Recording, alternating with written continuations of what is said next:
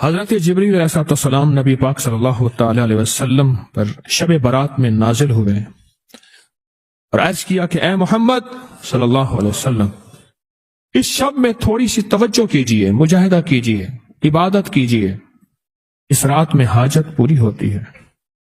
پھر دوبارہ جبریل آپ کے پاس ہے اور عرض کرنے لگے، اے اللہ کے حبیب، آپ کو اور آپ کی امت کو بشارت ہو، اللہ پاک نے مشرک کے علاوہ سب امت کو بخش دیا۔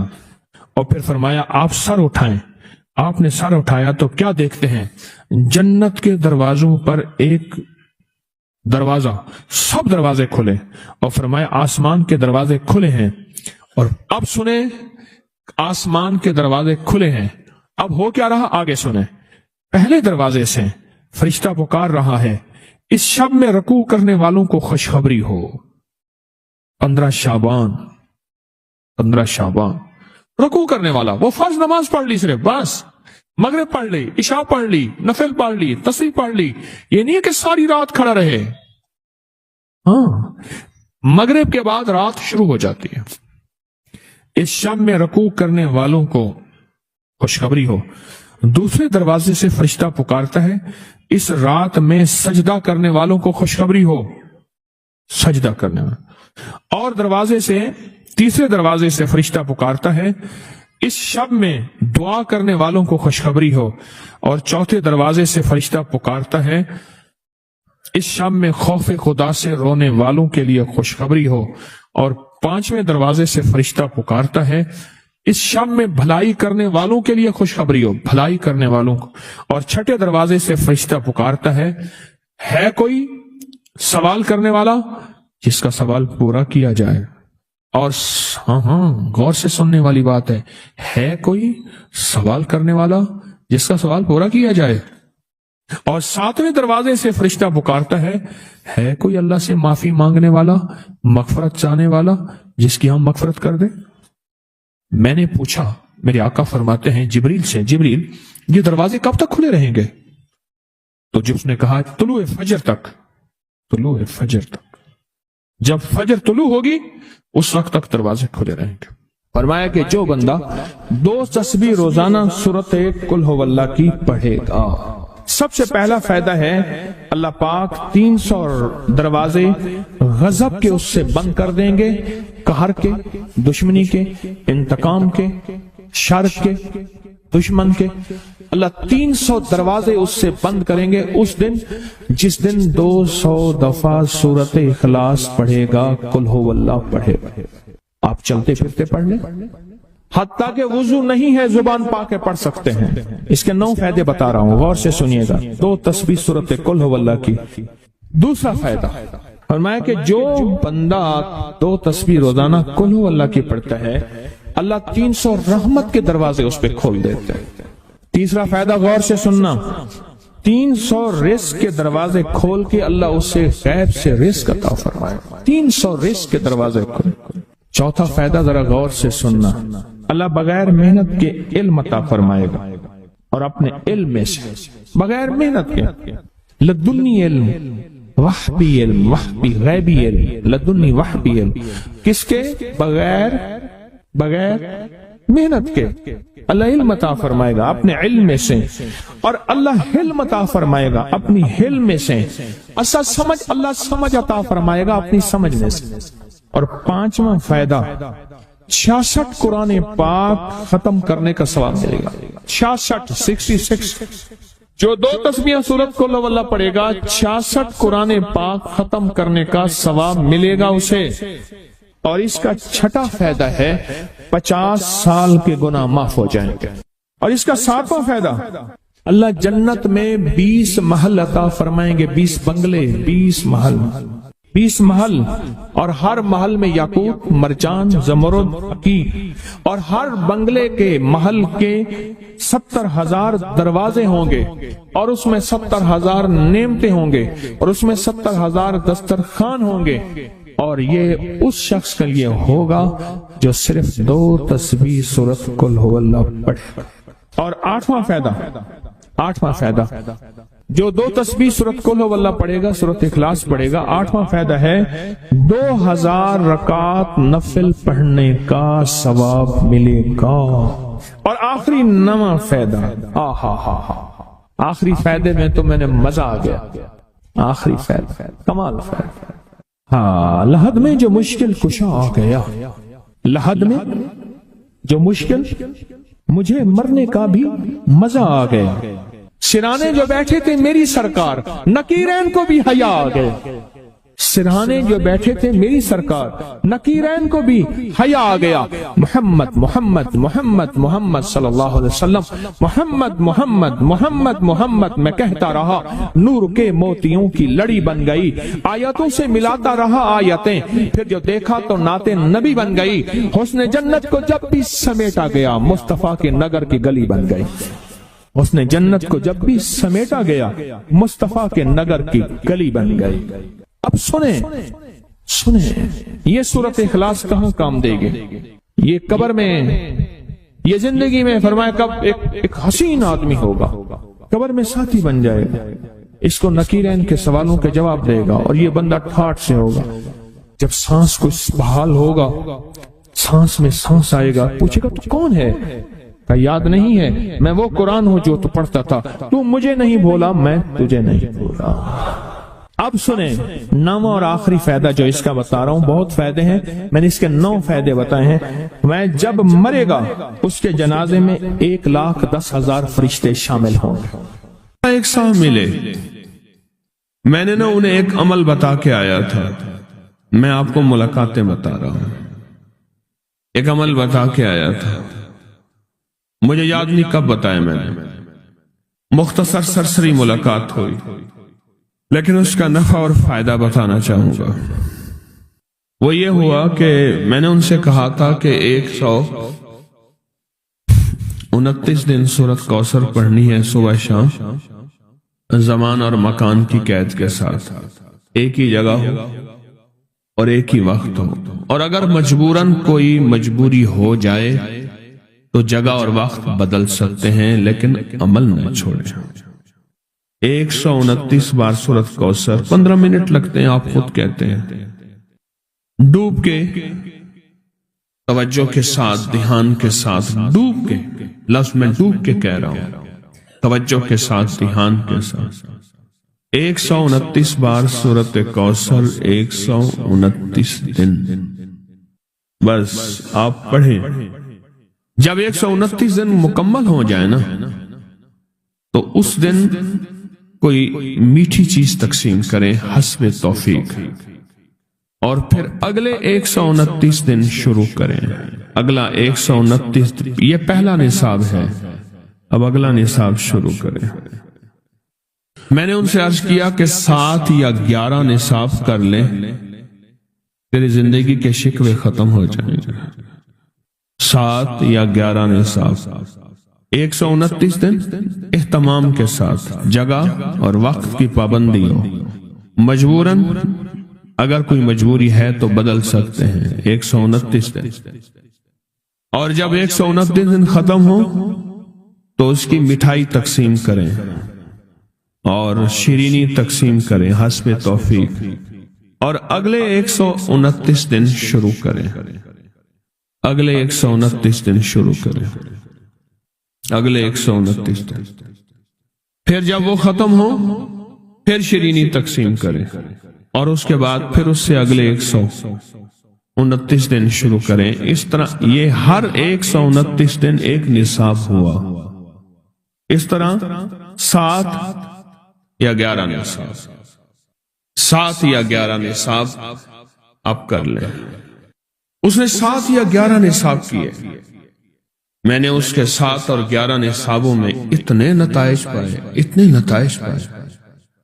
وہ اس وقت کھڑا تھا، اس سامنے احد پہاڑ تھا، میرا اندازہ کہہ رہا تھا کہ اب اس کے پاس اتنی بڑی کیمیا ہے کہ احد پہاڑ کے پتھر کو جا کے ہاتھ لگائے تو سونا بن جائے گا۔ جب مجھ سے باتیں کر رہا تھا تو سامنے احد پہاڑ تھا۔ ٹی بی کا علاج 6 مہینے 9 مہینے، فلاں کا کورس 6 مہینے 9 مہینے، اور کتنی ادویات ایسی ہیں کہ جن کے علاج اور کورس میں کہتے ہیں اگر ایک دن بھی دوائی چوک گئی تو پھر شروع کرنی پڑے گی ہے، اس میں تو ڈاکٹر کو کہتے ہیں یہ بڑی توجہ ہے۔ اور اگر تسبیح خانے والا کہہ دے انہیں کہ یہ پابندیاں نہیں ہوتی ہم سے، یا پابندی تو کوئی رعایتی بندہ کہے گا، ورنہ کہے گا بڑی سختی ہے، حالانکہ نہ پابندی ہے نہ سختی ہے۔ چاہتے ہیں آج جادو، بندشیں، حالات، مشکلیں، پریشانیاں، ناکامیاں سورج ڈوبنے سے پہلے حل ہو جائیں تو دنیا میں جس کونے میں بیٹھے ہیں یا آپ تسبیح خانے میں، مستورات بھی ہیں، مرد بھی ہیں، اگر آپ چاہتے ہیں تو ماشاءاللہ ہوائیں ہیں، پنکھے ہیں، ایگزاسٹ ہیں، موسم اپنی سختیاں اور تلخیاں دکھا رہا ہے، یہ قدرت کا نظام چلتا رہے گا، لیکن تسبیح خانے نے آپ کی راحت اور سکون دینے کی کوشش کی ہے، پر کوشش پوری کر نہیں سکے۔ دعویٰ نہیں کہ آپ کو راحت دیں، آپ کا احترام ہو۔ میں خود سارا دن پھرتا رہتا ہوں، مجھے اس بات کا احساس ہے کہ راستے میں چلتے لوگ کہتے ہیں مجھ سے ہمیں ہاتھ ملا، ہم سے گلے مل، ہماری بات سن لے، میں ان سے معذوری اور مجبوری کا درخواست کرتا ہوں۔ یہ ساری آپ کی خدمتوں کے لیے تو بھاگ دوڑ کر رہا ہوں، ورنہ پیر تو بیٹھے ہوتے ہیں، لوگ ان کے پاؤں دبا رہے ہوتے ہیں، ایئر کنڈیشن لگے ہوئے ہوتے ہیں، اور یہ تمہارا پیر نہیں فقیر ہے، یہ فقیر سارا دن فقیر بن کے متکونج مانگو کرلاواں، ہر جگہ آپ کی راحت کا انتظام، کہیں آرام میں، کہیں کھانے میں، کہیں پینے میں، کہیں بیت الخلاء کی صفائی میں، کہیں لنگر میں۔ آپ شاہی مہمان ہیں تو آپ کا غلام ہوں، میں تو آپ کا خادم۔ امام زین العابدین کو ایک شخص نے دیکھا دعا فرما رہے ہیں، اور دعا میں یہ کلمات بار بار پڑھ رہے ہیں، بار بار دہراتے ہیں، پلٹ پلٹ کے پڑھتے ہیں، لپک لپک کے پڑھتے ہیں، جھک جھک کے پڑھتے ہیں، ڈوب ڈوب کے پڑھتے ہیں، ٹوٹ ٹوٹ کے پڑھتے ہیں، اور غم کی کیفیتوں سے پڑھتے ہیں، دل کی گہرائیوں سے پڑھتے ہیں، ہاتھ اٹھا کے پڑھتے ہیں، پھر ہاتھ اوپر اٹھا کے پڑھتے ہیں، پھر دعاؤں میں جھک کے پڑھتے ہیں، پھر اٹھ کے پڑھتے ہیں، کیفیتوں کے ساتھ یہ الفاظ بار بار پڑھ رہے ہیں۔ وہ پیچھے بیٹھا رہا، بڑی دیر کے بعد وہ شخص اٹھا اور شہنشاہوں سے عرض کیا۔ جب دعا ختم ہوئی تو امام زین العابدین کی بارگاہ میں عرض کیا کہ آقا یہ فرمائیں دعا تو ساری تھی، ان دعا کے ان بولوں کو آپ بار بار کیوں فرما رہے تھے؟ تو عجیب بات فرمایا حدیث میں نے پڑھا ہے، میرے نانا حضرت محمد صلی اللہ تعالی وسلم کا فرمان ہے، جو شخص یہ کلمات پڑھتا ہے اس کا ثواب اللہ کے ہاں اور کوئی نہیں جانتا، اور ایک روایت میں ہے کہ اس کا ثواب اتنا ہے کہ فرشتے اس کے لکھنے پہ ٹوٹ پڑ، انسانوں اور جنات کی نسلیں ختم ہو جاتی ہیں پر اس کا ثواب ختم نہیں ہوتا۔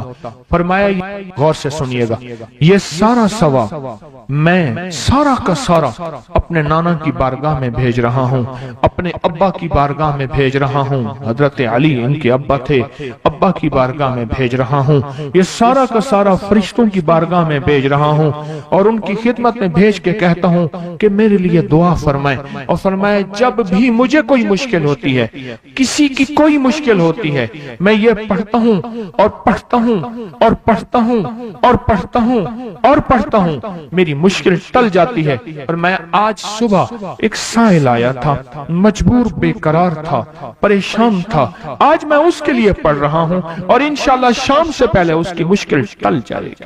اور راوی لکھتا ہے میں نے پھر سائلوں سے پوچھا، لوگوں سے پوچھا، تحقیق کی، فرمایا امام زین العابدین جس کے لیے بھی یہ دعا کرتے ہیں، پر کرتے کیسے ہیں؟ جو میں نے نقشہ کھینچا ہے ذرا اس نقشے کو غور سے سننا۔ کرتے کیسے ہیں؟ ڈوٹ کے، ٹوٹ کے، وجدان سے، درد سے، کیفیتوں سے، غم سے، اللہ کے تعلق سے، اللہ کی محبت سے، اللہ کے دھیان سے، پوری توجہ سے بار بار یہی پڑھتے ہیں، پھر یہی پڑھتے ہیں، اور پھر ہدیہ کس کو پہنچاتے ہیں؟ یہ دعا، اس دعا کے رازوں کو ذرا سمجھ لیں۔ پھر میں دعا پڑھتا ہوں۔ پہلا راز جذبہ، وجدان، یقین، درد، سوز، ساز، کیفیات، پہلا راز یہی ہے، یہ سمجھ آ گیا؟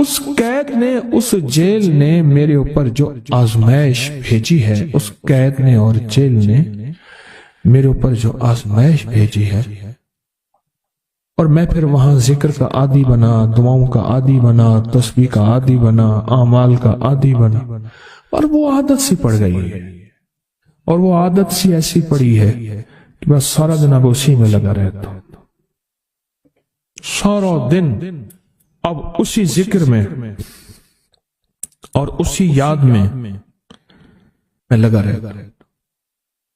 کہیں ایسا نہ ہو ہم بھی اگر ذکر سے غافل ہوئے, تسبیح سے غافل ہوئے, خدا نہ خاصہ ایسی آزمائش آ جائے اور پھر ہم ذکر اور تسبیح اور اعمال کے عادی بن جائیں, اللہ سے عافیت مانگے. اور اگر ہماری زبانوں پہ تسبیح ذکر آ گیا ہے عافیت کے دنوں میں, تو سمجھ لیں یہ اس کی عطا ہے, یہ اس کی نعمت ہے, یہ اس کی کریمی ہے, یہ اس کا فضل ہے. اس نے بہت بڑی آزمائش سے پہلے ہمارے اوپر اتنا کرم کر دیا, اس کا بہت بڑا کرم ہے. اس لیے اللہ جل شانہ کے حبیب کملی والے نے آزمائشوں سے پناہ مانگی ہے. اللہم انی اعوذ بک من جہد البلاء, آزمائش, کوئی بلا آ جائے, ودرک شقاء, شقاوت میں میرا نام آئے, بدبختی میں, یہ بھی آزمائش ہے. وسوء القضاء, میرے لیے ایسے فیصلے ہونا شروع ہو جائیں جو مجھے برباد کر دیں, ایک کے بعد دوسرا میرے حق میں فیصلہ, میرے خلاف فیصلے سارے.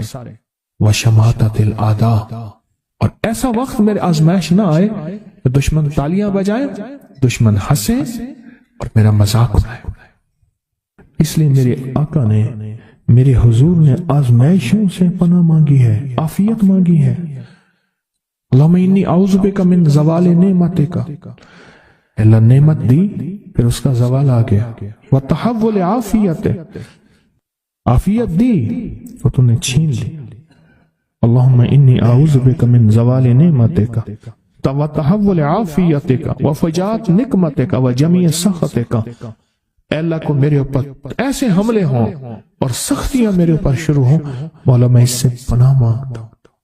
میں مانگتا کیا ہوں؟ ربنا آتنا فی الدنیا حسنۃ, اس سے دنیا کا بہترین پیکج مانگتا ہوں. وفی الآخرۃ حسنۃ, تو سے آخرت کا بہترین پیکج, شاندار, لاجواب, بہترین. ہاں, آزمائشیں, مصیبتیں, تکلیفیں, حوادث, حادثات, ناکامیاں, بیماریاں, پریشانیاں میں نہیں مانگتا مولا. اللہم انی اعوذ بک من الہم والحزن. ہم کہتے ہیں ٹینشن کو, انزائٹی کو, اسٹریس کو, ڈپریشن کو, اندر غم ہے باہر پتہ ہی نہیں, اس کو ہم کہتے ہیں. اور حزن کہتے ہیں جس پہ ہائے ہائے ہو.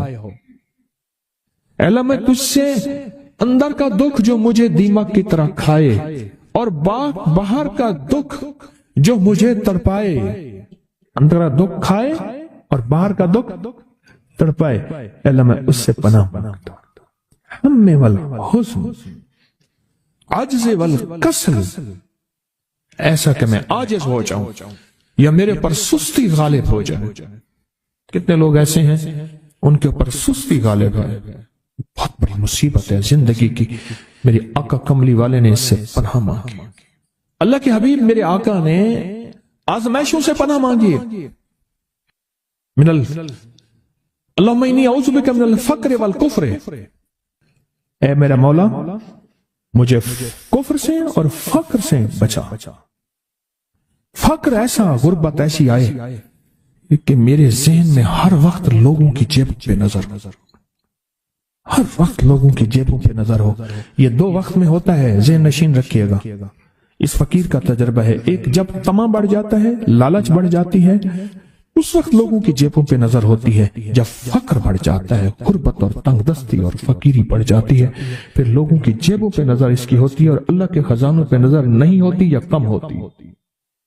اے میرا مولا مجھے فقر سے بچا اور کفر سے بچا, کہ ایسا وقت نہ آئے میں اپنا دین بیچ بیٹھوں, اپنا ایمان بیچ بیٹھوں. ہمارے ایک مخلص تھے عبد الوحید سلیمانی صاحب رحمۃ اللہ علیہ, کہنے لگے انارکلی میں میرا ایک دوست تھا, تو میں اس دوست کے ساتھ زندگی گزری، پنجاب یونیورسٹی میں اکٹھے پڑھتے تھے.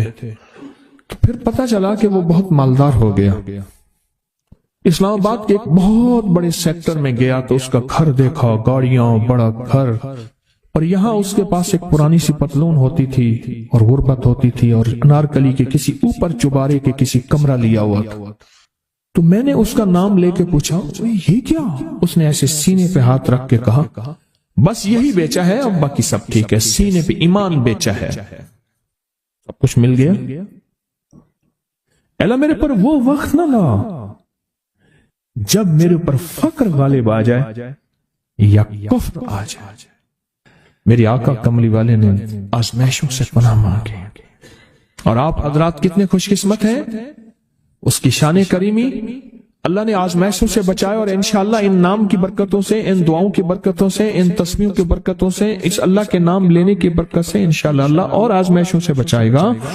اللہ نے بغیر آزمائشوں کے ہمیں اپنا نام دے دیا، اپنے نام کی تسبیح دے دی، اپنا ذکر دے دیا، اپنی یادیں دے دی. کسی جگہ منہ سے اللہ نکل جاتا ہے، کہیں رحمان نکل جاتا ہے، کہیں بسم اللہ نکل جاتا ہے.